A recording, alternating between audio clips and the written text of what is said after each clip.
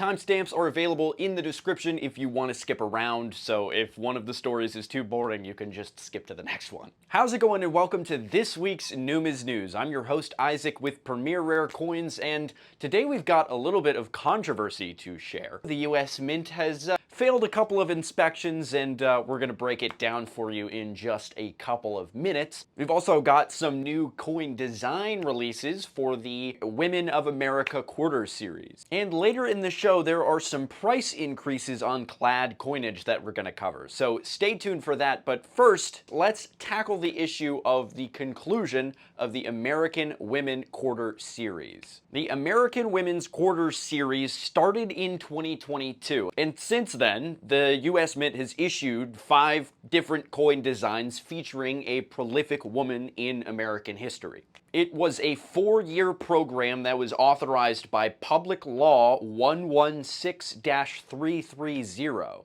and that makes 2025 the last year that these coins will be produced. But the reverse designs have been released. We know what they are, we know who they are, and here's the list. So first is this Ida B. Wells reverse. I like how the lettering goes all the way around the coin in kind of an incue, and then the E pluribus unum and Ida B. Wells' name is kind of jutted out from the coin. Ida B. Wells was a very famous journalist back during the Civil Rights Movement. And she was one of the founders of the NAACP, so duh, she should get a coin. Next up on the list is Juliette Gordon Low, who was the founder of the Girl Scouts. This one is following a similar pattern where the outside lettering is struck at an incuse, and then the inside lettering juts out from the coin. Got the Juliette Gordon Low. I like her hat quite a bit. Next up is Dr. Vera Rubin, who was an American astronomer who pioneered work on galaxy rotation rates.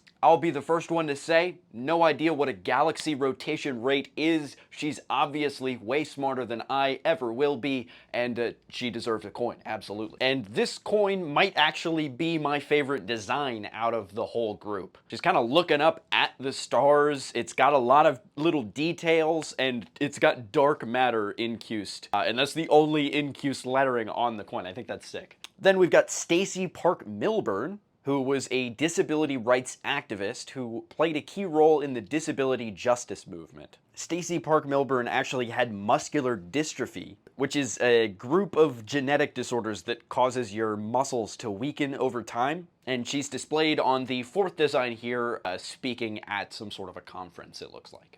And last but not least, Althea Gibson, who was a groundbreaking athlete who actually became the first African American to win a Grand Slam title in tennis. She then would go on to become a professional golfer and was pretty much just all around pretty awesome. And she's shown here on this 5th design on a tennis court with the tennis racket. I love the design on the actual tennis racket. I feel like this is one of the most detailed coins in the bunch, so I really like these. There is some controversy with how the US Mint gets their gold. The US Mint has failed an inspection and is now under some scrutiny because of how they handled their documentation regarding where they acquire the gold for their coins. According to the Gold Bullion Coin Act of 1985 and the Presidential $1 Coin Act of 2005, newly minted US coins have to be made out of freshly mined gold from the US. In its semi-annual report to Congress, OIG auditors noted that there were some compliance issues with the documentation of the US Mint. They noted that these compliance issues were, quote, the result of the Mint's lack of documentation from its gold refiners certifying the amount of newly mined US gold acquired. They also found it questionable whether the Mint's methodology used to determine what constitutes newly mined US gold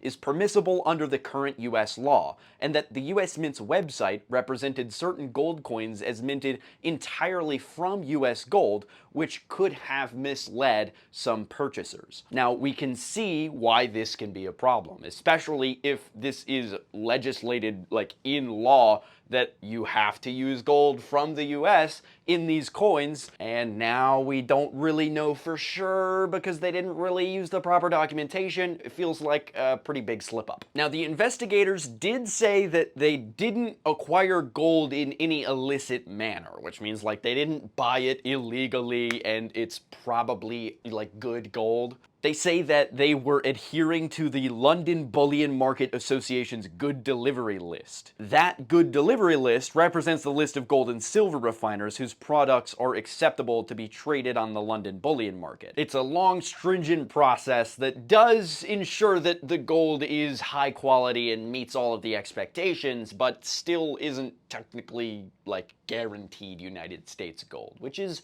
a little worrying. The OIG did make some recommendations, and it seems like they are addressing the issues. They have some new compliance regulations that say that the mint should publish its procedures for acquiring newly minted US gold in the Federal Register and update its website for accuracy. So hopefully moving forward we will have the proper documentation for our gold coins, right? I don't know. I think it's kind of cool that it's going to be up on the website now. And I feel like we probably should have been doing that the whole time.